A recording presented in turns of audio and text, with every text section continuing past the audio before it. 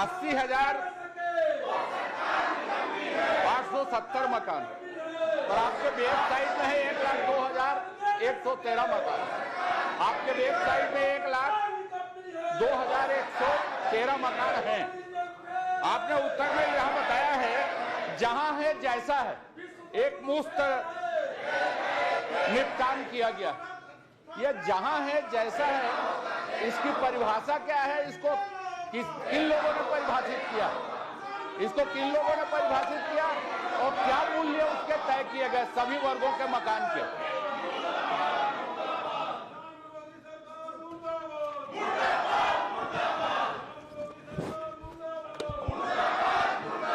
माननीय अध्यक्ष महोदय, सम्माननीय सदस्य को मैं आपके माध्यम से अवगत कराना चाहूँगा कि एक तो जो 80,000 जो एसेट्स का जो आवासों का जिक्र है, उसमें व्यावसायिक चीज़ें या अन्य योजनाओं की चीज़ें उसमें सम्मिलित नहीं है, इसलिए संख्या का अंतर हो सकता है वेबसाइट में। और जो एज इट इज जैसी स्थिति है वैसी का जो स्थिति है, उसमें कोई एक्स्ट्रा मेंटेनेंस करके उसको बेचने का प्रावधान नहीं किए हैं। वो जैसी स्थिति में है वैसी स्थिति में उसको बेचा जाएगा और वैसी स्थिति में उसको बेच करके जो भी रेट आए उसके आधार पर उसको काम किया जाएगा। जो ओटीएस स्कीम लागू की गई है, उस ओटीएस स्कीम में वन टाइम सेटलमेंट स्कीम जो लागू की गई है, उसमें एज इट इज जैसे कि तैसे की स्थिति में उसको बेचना है। जो कंसेशन दिया गया है वो मैं बताना चाहूंगा सम्मानित सदस्य को कि ओटीएस 2 पहले ओटीएस आया था पिछली सरकार के समय में 17 सितंबर 2021 को। 17 सितंबर 2021 से 31 मार्च 2024 तक ये लागू थी। उसमें जो भी प्रोजेक्ट आए थे, घर आए थे, वो पहले ही पुराने थे, इसलिए ओटीएस 2 में जो शामिल नहीं थे, नए संपत्ति जो शामिल हुए हैं उन पे बेस रेट पर 10% की छूट दी गई है। उसमें बेस रेट पर 10% की छूट दी गई है। जो 10 वर्ष से अधिक समय से रिक्त संपत्तियां हैं उस पर 30% की छूट दी गई है। जो 5 वर्ष से अधिक समय से रिक्त हैं लेकिन 20% से अधिक संपत्ति वहां पर खाली है, अगर 20% से अधिक संपत्ति खाली है और 5% से अधिक 5 वर्ष से अधिक का, उसमें 30% की छूट दी गई है।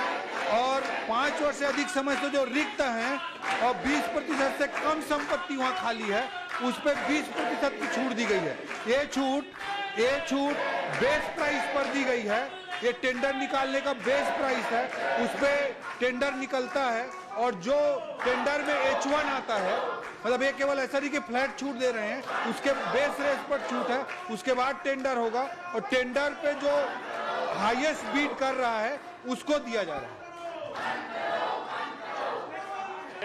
आपने कहा है कि कोई मकान जर्जर नहीं है।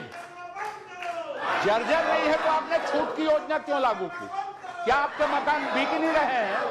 और बिक नहीं रहे हैं, अभी भी बकाया है तो नहीं बिक रहे, और छूट में बिकने के बाद गृह निर्माण मंडल को कितने की क्षति हुई और अभी कितनी परियोजनाएं उसके बाद नहीं चल रही? मकान नहीं बिकने के बाद भी कितनी परियोजनाएं नहीं चल रही?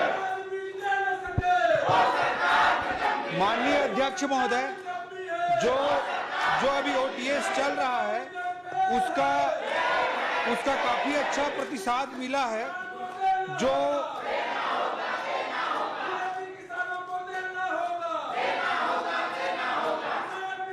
जो पहले ओटीएस आया था उसमें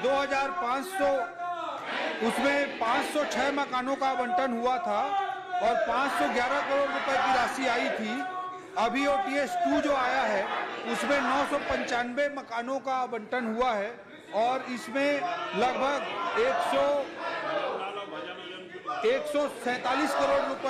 147 करोड़ रुपए की बिक्री हुई है पिछले 4 महीनों में। तो जो क्षति की कुल राशि है मैं सम्माननीय सदस्य को उपलब्ध करा दूंगा। बट मैं ये जो मकान नहीं बिके हैं वो EWS के कितने हैं जो नए मकान बने हैं, LIG कितने हैं, HIG कितने हैं, MIG कितने हैं। और आप जो नया प्रोजेक्ट चला रहे हैं उसमें कौन से क्वालिटी का मकान, HIG कितना बनना है, MIG कितना बनना है या LIG कितना बनना है, ये इसका आधार क्या है, संख्या का। EWS की मकान बनाना है आपको, LIG बनाना है, HIG बनाना है, MIG बनाना है, तो आप इसकी कितना मकान बनना है किसी प्रोजेक्ट में, किस आधार पर उसकी संख्या का निर्णय लेते हैं, आधार क्या है उसके निर्णय लेने का, जब बिक नहीं रहे तो। माननीय अध्यक्ष महोदय, जो खाली मकान है, जो बिक नहीं पा रहे हैं, कई मकान ऐसे जो 10 वर्षों से नहीं बिके हैं, जैसे कि सम्माननीय सदस्य ने अवगत कराया है, कई मकान जो 5 साल से भी नहीं बिके हैं, उसमें मोस्टली पूरा मैं संख्या दे दूंगा, पूरा टेबल दे दूंगा किस श्रेणी के कितने मकान खाली हैं। लेकिन एक चीज मैं बताना चाहूंगा कि सम्माननीय सदस्य की चिंता जायज है कि जब डिमांड होता नहीं है तो बना क्यों दिया जाता है, उनकी चिंता बहुत जायज है।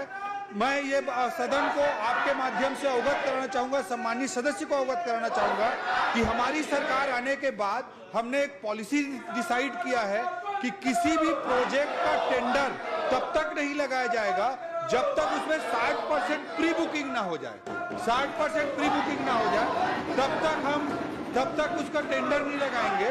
और पहले प्रोजेक्ट लॉन्च करने के 3 महीने के अंदर ही अगर 30% प्री बुकिंग हो जाती है तो टेंडर लगा सकते हैं। ये हमने नई पॉलिसी अडॉप्ट की है ताकि भविष्य में मकान ना मिले 10 साल तक ये स्थिति उत्पन्न ना हो।